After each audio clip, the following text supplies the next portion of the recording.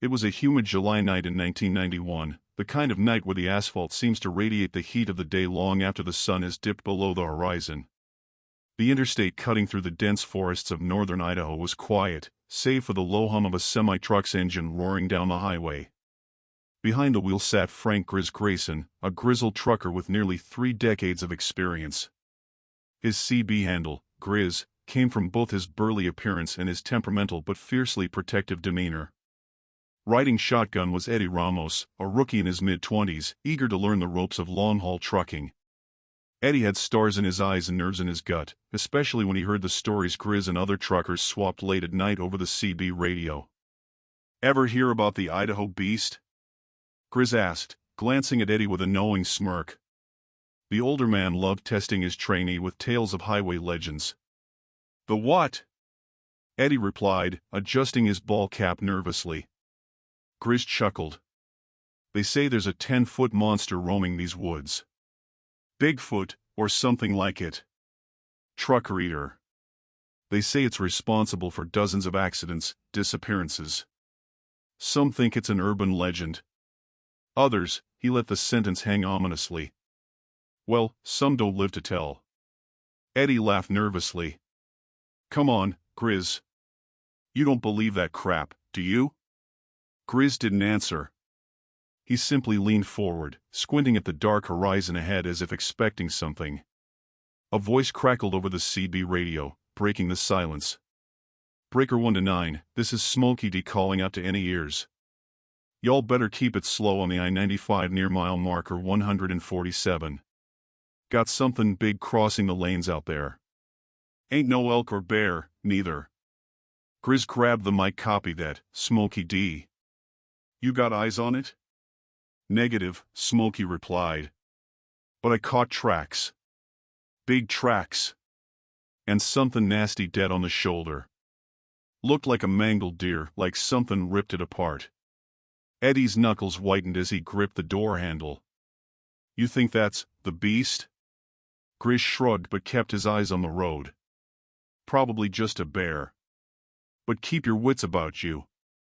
As the truck barreled toward mile marker 147, the forest thickened on either side of the road, the towering pines forming dark walls that seemed to close in around them.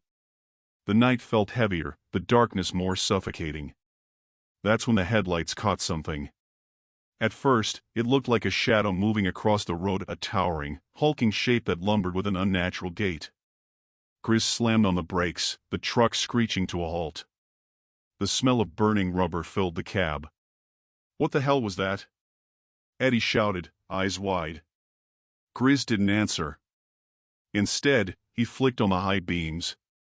The light illuminated a massive figure standing in the middle of the road, its back turned to them.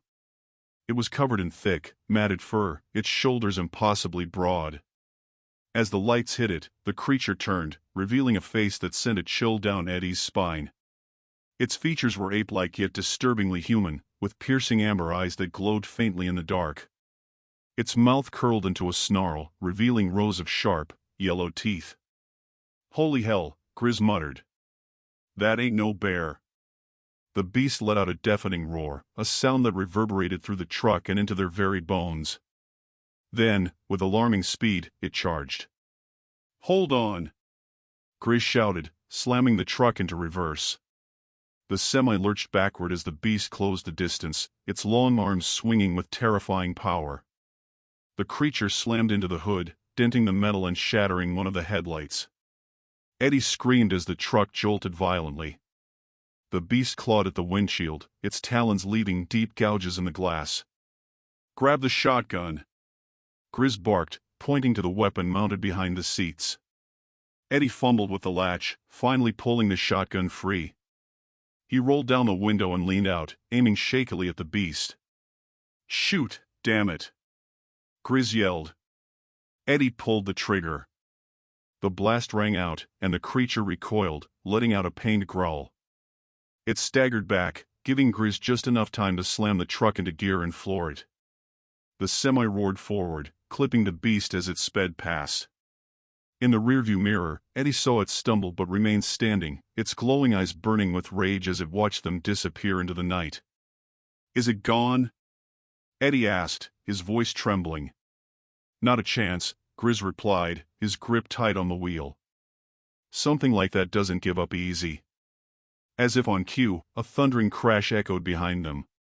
Eddie turned to see the beast bounding through the trees alongside the road, its massive form keeping pace with the truck. It's chasing us, Eddie shouted. Grizz gritted his teeth. Not for long. He veered off the highway onto a narrow logging road, the semi bouncing violently over the uneven terrain. The beast followed, crashing through the underbrush with relentless determination. Ahead, the road forked. Grizz took the sharper turn, hoping to lose their pursuer. But as they rounded the corner, the beast leapt from the trees, landing directly in their path. Hold on! Grizz yelled, jerking the wheel. The truck skidded sideways, the trailer tipping dangerously before slamming back down. They came to a stop just yards from the creature.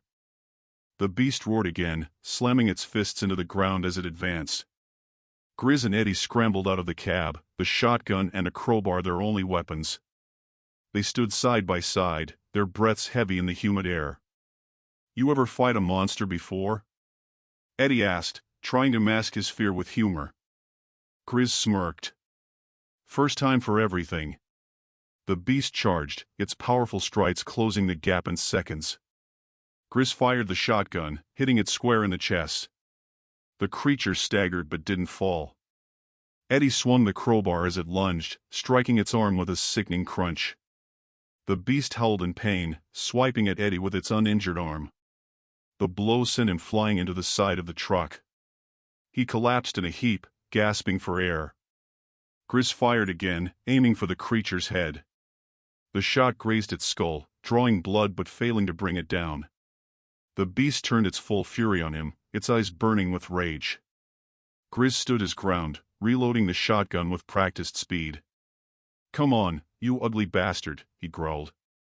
The beast roared and charged. Grizz fired, the blast hitting it point blank in the face. This time, the creature faltered, falling to one knee. But it wasn't finished.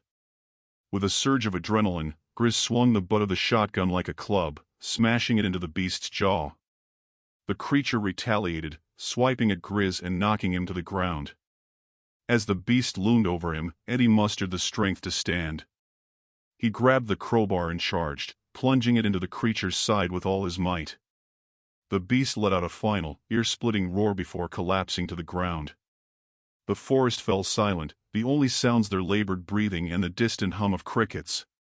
The beast lay motionless, its massive form sprawled across the dirt road. Grizz sat up, wiping blood from his brow. You okay, kid? Eddie nodded, though his hands were shaking. Did we kill it?